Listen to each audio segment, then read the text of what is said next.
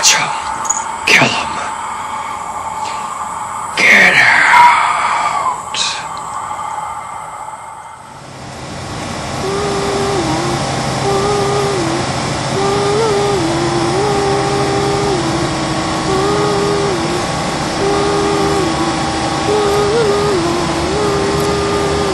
Home ownership is a rather frightening concept, isn't it?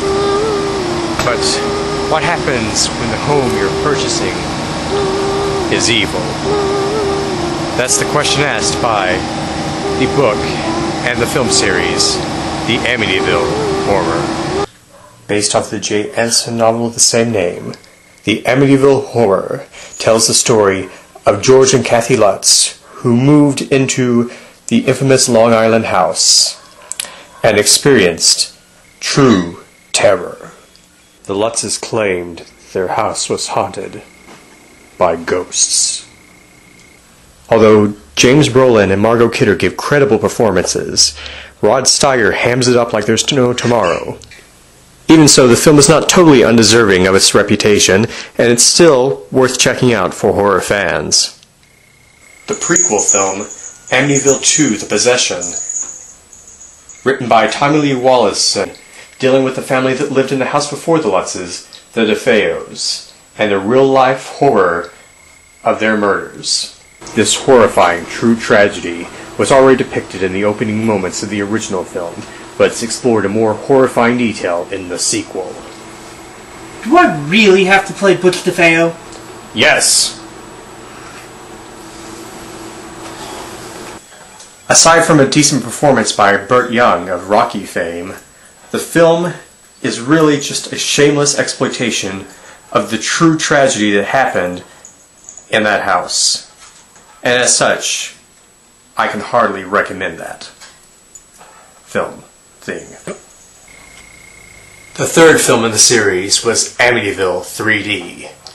Claiming to be a non-sequel to the first two, it is somehow the most effective of the series, and even features a performance by a young Meg Ryan, as well as a young Lori Loughlin, who you may know from Full House. You like Full House, right? I mean, yes, Full House. I must say that, despite its flaws and its general hokiness when dealing with the 3D effects, for the most part this is a satisfying thriller that actually benefits from not being based on a true story. And that makes it the perfect complement for the more verisimilitudic original film. Sandra Stern, the screenwriter for the first film, came back for the fourth chapter, Amityville: The Evil Escapes. Sadly, this TV movie would start a trend of increasingly inferior sequels dealing with objects leaving the house. In this particular case, the object was a lamp.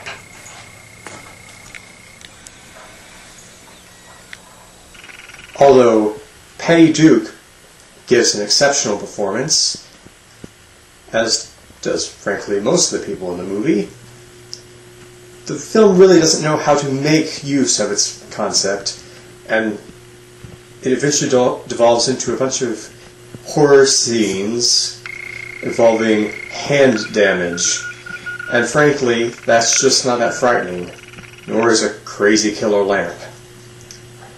Even so, I must say that it's better than the films that followed, with the possible exception of Chapter 6.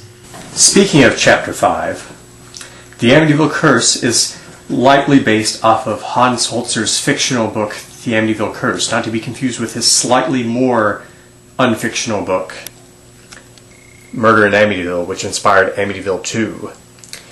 This has to do with, frankly, I can't make much sense of the plot. This priest moves in to, well, this dead priest moves in with his thing and the other thing. Okay, frankly, this film might have worked if it weren't so on the cheap.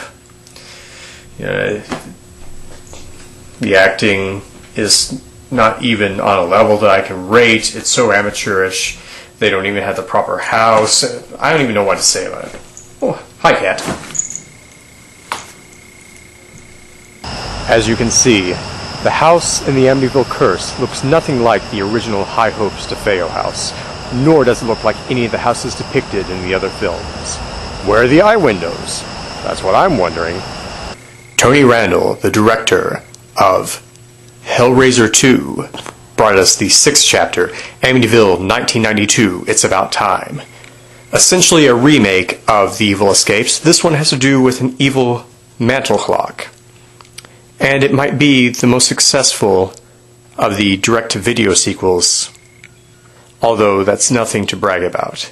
Even so, if you have to check out one of the later entries, this would be the one to check out, because it almost achieves horror at times, and the characters aren't too shabby either. I wish I could say the same thing about Amityville, A New Generation, one that has to do with this crazy mirror that supposedly goes to the supposed son of the supposed person who's supposedly based off of, what's his name, Ron DeFeo. And it's once again trying to exploit the DeFeo tragedy, but it doesn't even do it as half competently as that Exorcist ripoff Amityville 2. So frankly, I can't tell you any reason to watch this film. The well had truly run dry by the time of the 8th chapter. It had been 4 films since we'd even seen the Amityville house, and the only way we see it in this film is in the form of a dollhouse, hence the title, Amityville Dollhouse. There's really nothing to say about this film except that it's yet another Evil Escapes remake that gives nothing of merit, and frankly offers some of the cheesiest moments in the series. The remake. Yes, someone decided to remake the film, the Amityville Horror. This time telling George and Kathy Lutz to stuff it, and completely rewriting the truth as they saw fit. Isn't that right, Shasta? Yes, they did! Yes, they did! As to be expected, Michael Bay and Platinum Dunes had to overblow every aspect of the production, even egregiously changing the Amityville house to look scarier and more imposing. Indeed, in this strange follow-up to Two Guys, Girl, and a Pizza Place, and what was that other Ryan Reynolds movie? Oh yes, Van Wilder. The Lutzes move in, and they're accosted by Native American ghosts and lame gimmicks, and the ghost of one of the DeFeo children who was killed, which has to be the most tasteless exploitation of that real-life tragedy yet. I mean, what were they thinking? Seriously, do you understand? Playmore, do you... Seriously, why do you think of it? You saw it in theaters too, didn't you? See, the only thing I remember from the film is this is a mirror. I'm a bloody Indian ghost.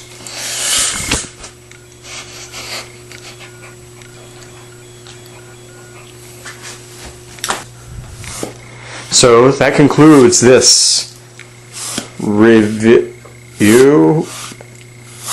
this cynical review. What are you doing, Claymore?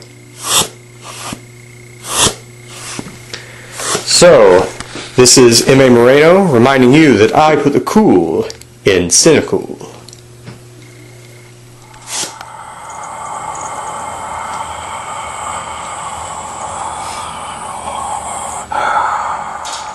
So, we're going to have a PSA this time from Mrs. Cutlass herself.